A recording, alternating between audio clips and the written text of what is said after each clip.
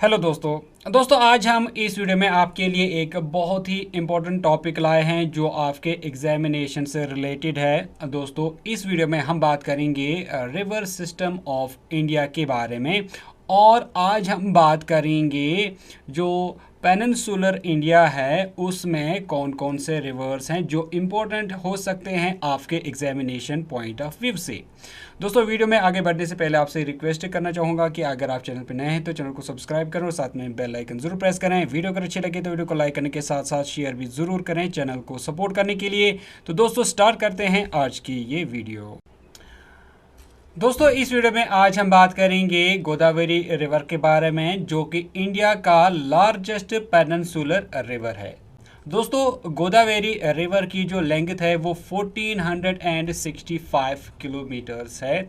गोदावरी को दक्षिण गंगा नाम से भी जाना जाता है। ये अक्सर पूछा जाता है कि बताइए पेनिनसुलर इंडिया का वो रिवर जिसको दक्षिण गंगा कहते हैं वो कौन सा है। तो याद रखिएगा गोदावरी को दक्षिण गंगा कहा जाता है। इसका मतलब है गंगा ऑफ साउथ। दोस्तों गोदावरी रिवर इंडिया का दूसरा सबसे लंबा रिवर है। दोस्तों गोदावरी रिवर जो है ये ओरिजिनेट होता है त्रिंबक से। त्रिंबक एक जगह है जो कि नासिक के करीब आती है महाराष्ट्र में, और यहाँ पर एक गांव है जिसको त्र्यंबकेश्वर कहते हैं।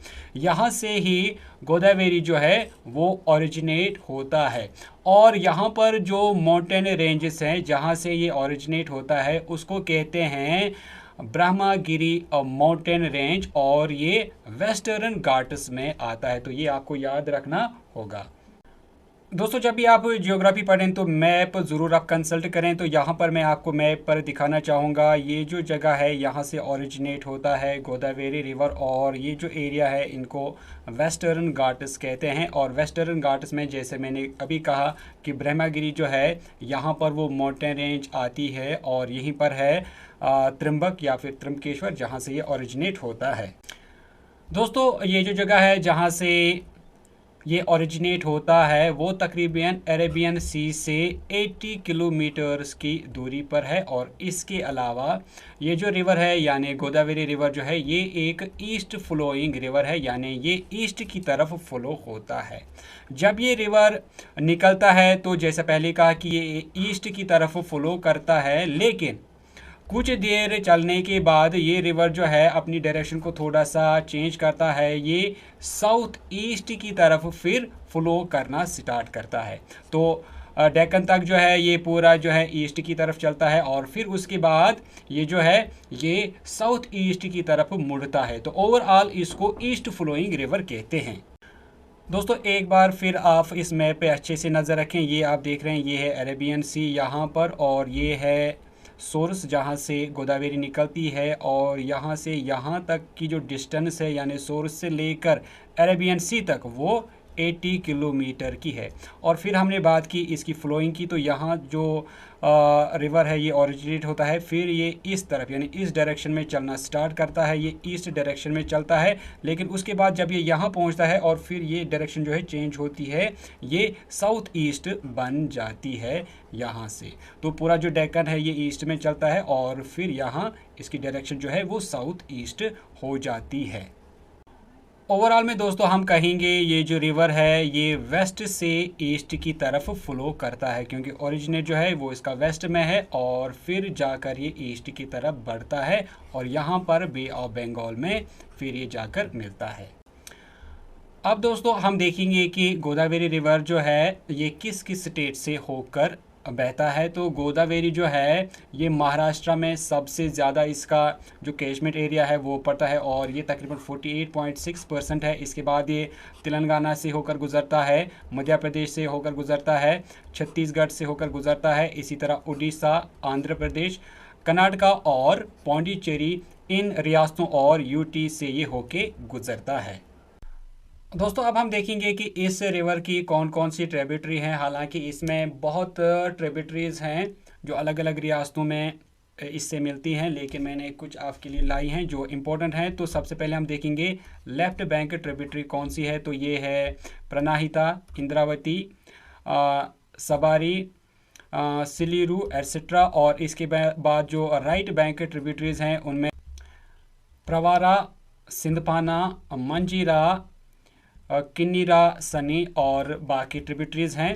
दोस्तों इसके अलावा ये भी आप ज़रूरी याद रखें, पैनगंगा और वैनगंगा जो हैं ये आपस में मिलती हैं और बनाती है प्राणहिता। और ये जो प्राणहिता है ये लार्जेस्ट ट्रिब्यूटरी है रिवर गोदावरी की। दोस्तों बे ऑफ बंगाल में मिलने से पहले गोदावरी जो है ये 2 रिवर्स या 2 स्ट्रीम्स में डिवाइड हो जाती है। एक को बोलते हैं विरदा गौतमी और दूसरे को बोलते हैं विशिष्टा। और जब ये बे ऑफ बंगाल के करीब पहुंचती है तो वहां पर एक ये बहुत ही बड़ा डेल्टा बनाते हैं। ये जो डेल्टा बनता है ये धौलेश्वरम बैरेज के पास बनता है राजामुंड्री में।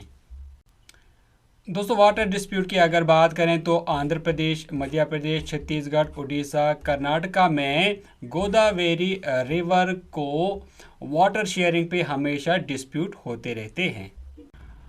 अब हम देखेंगे कुछ इम्पोर्टेंट प्रोजेक्ट्स जो गोदावरी रिवर पे बनाए गए हैं, जिनमें एक का नाम है बबली प्रोजेक्ट जो कि महाराष्ट्र में आता है, बामदाम जो कि महाराष्ट्र में आता है, धौलेश्वरम बैरेज जो कि आंध्र प्रदेश में आता है।